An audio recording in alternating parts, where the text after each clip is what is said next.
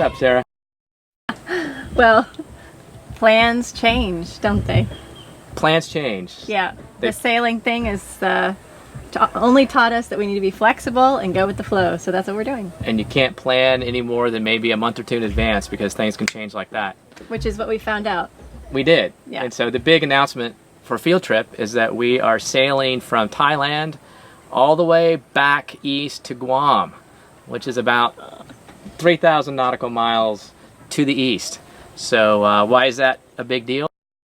If you don't time it right, it can be a beat and a bash to windward as we go to Guam. So along the trip, what does that mean for Field Trip? What does that mean? It means that we get to sail from Thailand through the Malacca Strait going south, which is a very congested area, lots of ship traffic going that direction. And as we head around the corner, we're going to go over to see some very, very remote areas of Indonesia for some diving. Which we missed. I mean, we missed all of this stuff coming here because we went along the outer coast of Sumatra, right. So yep. To avoid the Malacca Strait. But now completely avoid it because we didn't want to do it. We're going back through the Malacca Strait and going to go to some places that we didn't get to go to in Indonesia before. That's right. And so the key about Borneo, which is one of the largest islands, I think it's the third or fourth largest island, something like that in the world. But Borneo is a very... No, I might be making it up. I don't know. But it's also a very amazing place. That's where the orangutans live. That's where you have the pygmy elephants. It's some very fascinating wildlife that we'll get to see on the northern part going up the rivers of Borneo. So we're excited to go up there with the family and do some cool documentation as we go up there. And we got to go to the southern part of Borneo. Right, we did. We saw the orangutan video from that. Correct. But this time we're going to go north, which means a lot of different things. It means lots of wildlife, but also a little bit of the wild, wild west, right? It is wild, wild west. It's very wild. It's so wild, as a matter of fact, that you actually have to have, we're going to have a military escort going around the top of Borneo. They'll have the Malaysian Navy, they'll have drones. It's a very controlled effort to go around that direction because of the potential for piracy and some bad stuff that could happen. But don't worry, we're part of a rally. They've done this for 4 or 5 years now. The military is very engaged with this, and so we're excited about doing that rally this year.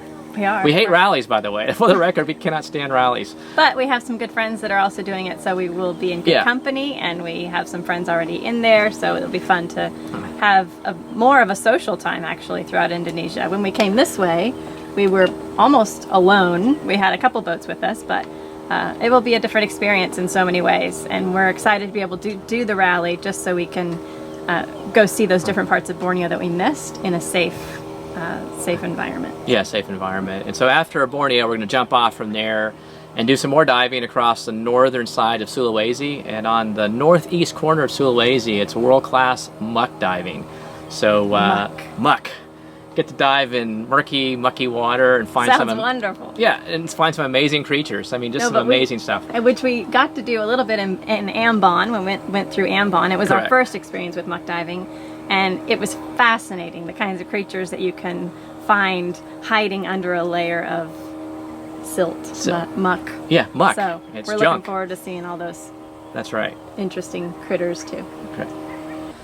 Okay, so now that we're finished with the whole muck diving, when we get that done in Sulawesi, we're going to then start to jump up northeast, and from there we're going to go to Palau. So a very famous area for us. We're excited to check out some of the World War II history in Palau, Truk Island, and then ultimately up to Guam. So that whole trek there is about, 800 or so, 700, 800 miles in that area, doing multiple stops. Lots of miles. Lots of miles, Lots of potentially to windward. We have to be careful about that, and it's also a little bit sporadic when it comes to cyclones and typhoons, and weather can be a little bit sketchy. So we'll be in that area in the December timeframe with the expectation to arrive in Guam around late December for Christmas, get the engines replaced, and then bam. So we'll be home for Christmas. We'll be home for Christmas. In U.S. territory. U.S. territory, because Guam is U.S. territory. So we get to see hopefully something like a, Walmart? Costco? No, I don't know. But because we're going to Palau and Truk Island and Guam, we're going to be kind of back in World War II history territory again, like we were in the Solomons. So we'll have a lot more to learn about that time period, and with the kids, diving, World War II wrecks, lots of fascinating things to, I think, see and do when we get up to that area. So, the big question is, to my wonderful wife, what are some of your hopes and fears or concerns about the next year and a half-ish as we sail from Thailand up to Guam? Yeah, well, I mean, in all honesty, I was really looking forward to going to Penang, putting the kids in school, and kind of settling down a little bit. So that plan has gone by the wayside, obviously, and I'm trying to get my mind wrapped around more sailing and more adventures and more places to see and learn about. So my hopes for our trip are that we can just, I don't know, discover new places, new things, new animals, new cultures. And since it's with the rally, I'm really looking forward to the rally. I know you don't like that. And I'm also excited to be in Guam for Christmas, just because it's part of the U.S. Yeah, it'll be kind of fun. And in a warm climate, still be in the U.S. Yeah, warm. Not Hawaii. Yeah, some of my fears, I would say, are, wow, it's just a long way to travel again. And yeah, there's going to be some interesting parts to it that are unknown territory for us in a lot of ways. Going up rivers where orangutans are in the trees among us, that will be... I have maybe one or two fears. No, I think the biggest fear is we just have to be very cautious when we sail from Sulawesi up to Guam. It's not a fear, it's just we have to be cautious and conservative on those weather windows, and we will. But that's probably the biggest challenge that we have of the whole trip. I joke about diving because we've definitely become a little bit addicted to it. And my daughter has a saying that she made me this little sign. It says, a day without diving probably wouldn't kill me, but why risk it? So that's kind of been our philosophy on board. Yeah. We've had a great time though. And the bottom line is... expect some videos from us. Expect to see some amazing new places. Expect to see some of our everyday life. Expect to see some sailing stuff, diving stuff, and just living aboard, life aboard. Life aboard field trip in a very unique way, and learning as we go. Learning as we go. It's all about learning and just exploring and being as adventurous as we possibly can while still being safe. That's right. Safety first. Good! Cut! All right, guys. So we are just now getting ready to head off to Customs and Immigration. So it's one of the things we have to do here in Thailand when we leave. We are leaving today from Thailand and we're heading to Indonesia. So we have to take our passports, immigration and customs paperwork when we came into the country, and now we're getting ready to head ashore and explore the Ao Shillong area.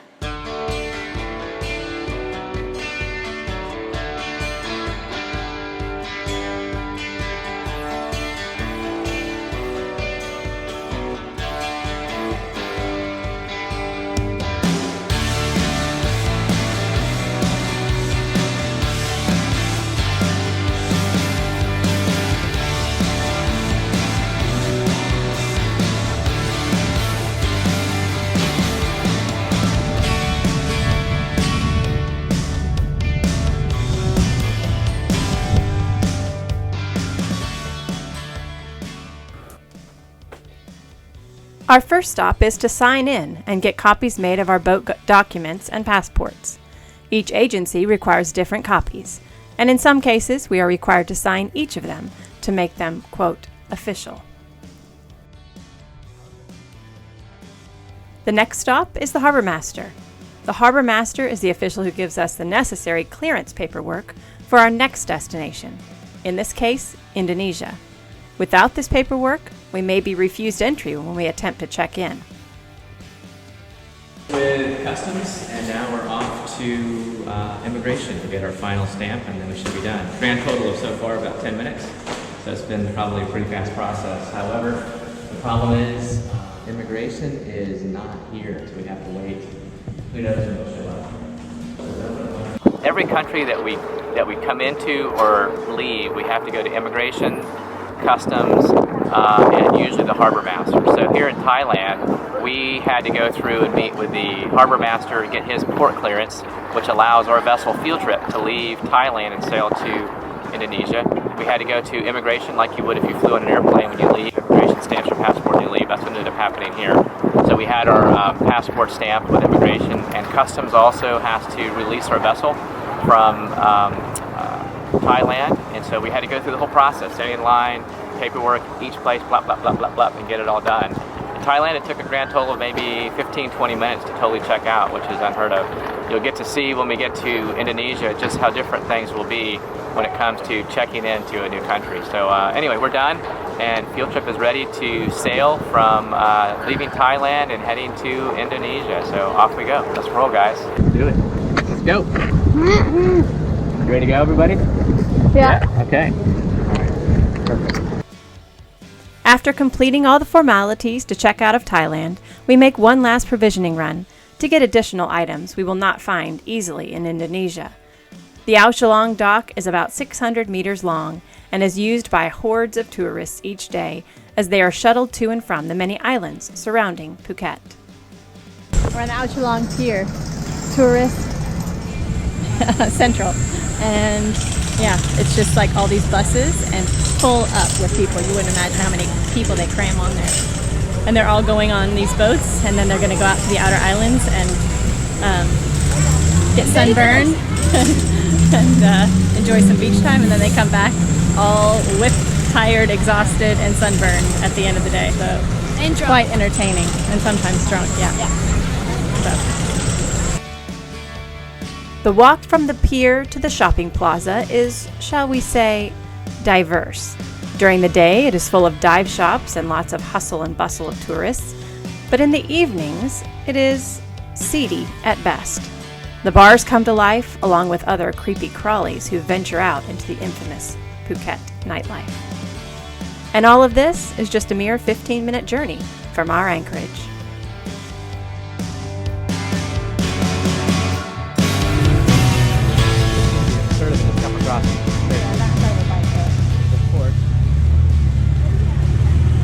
Not in front of a truck. Not in front of a truck.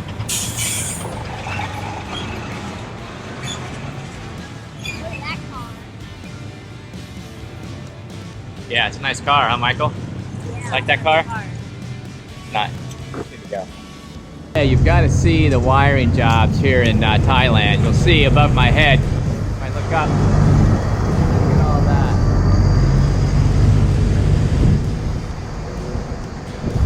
Wiring jobs here in Thailand are unbelievable. Complete and utter mess, and I would say very dangerous if you're not careful, I'm guessing, with maybe some hot wires hanging down.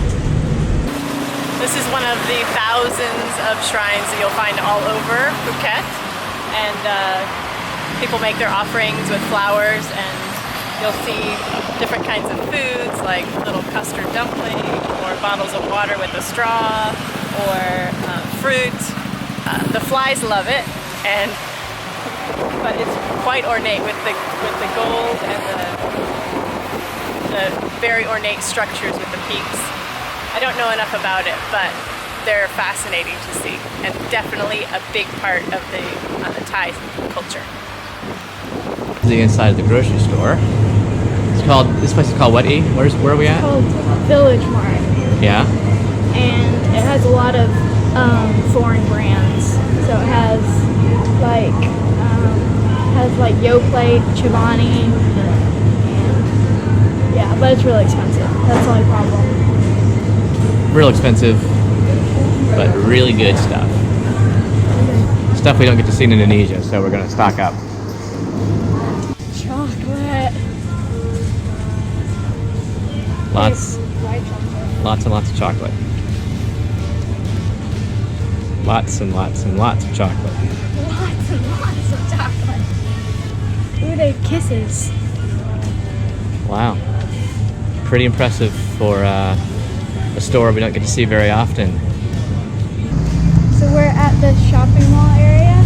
It has like Starbucks and Dunkin' Donuts, and we just got some groceries. And so we're gonna go walk and find Michael and Mom.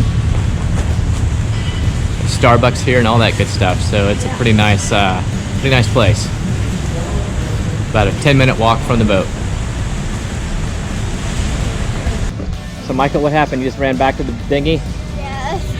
A long ride, long run? Yes. All the way down that dock. Wow. Trying to catch up. Well, the good news is we finished our quick run into town to get provisioning done, our last little bit before we head out to Indonesia. So we're excited to get going. Michael made it back in the dinghy first, ran down the dock most of the way. It's almost 0.8 kilometers. He did great, and we're getting ready to rock and roll and get out of here. We're excited.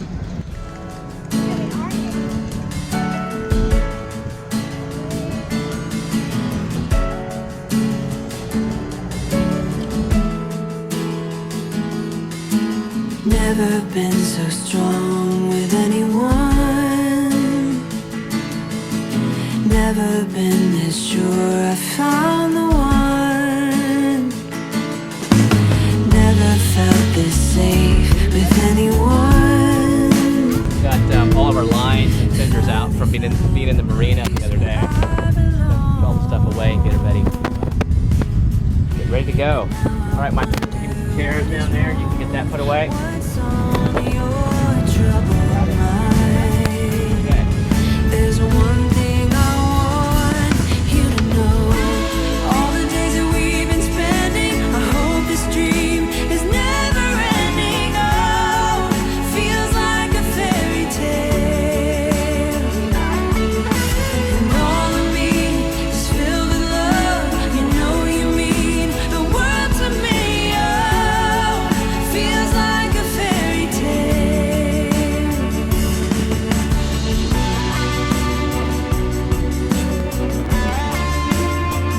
Like a fairy tale.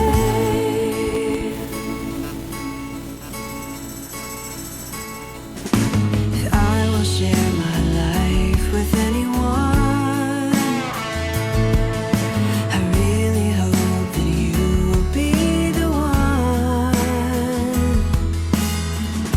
But now I wonder what is wrong, what's on your troubled mind. There's one thing I want you to know.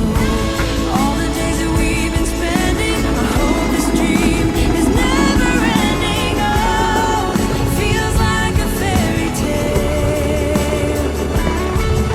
And all of me is filled with love.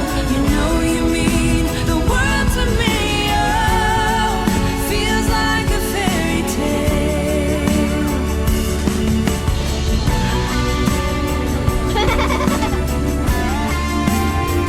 Like a fairy tale.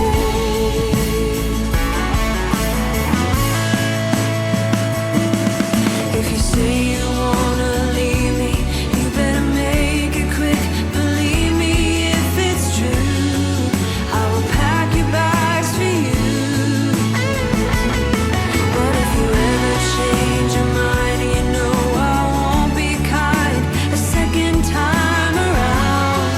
Then you're out of my life. Well, we're finally underway. We have left Ochalong in Phuket, and we expect to have maybe a 2-day sail, roughly over 240 miles to go. It's very calm right now. We have a grand total of 4 or 5 knots of wind at about 56 degrees true, so it's slow going. We have the engines running at this moment, but we will get the sails going here again in a little bit. It's a beautiful day, very calm, sunny skies. It's going to be a good trip. Looking great.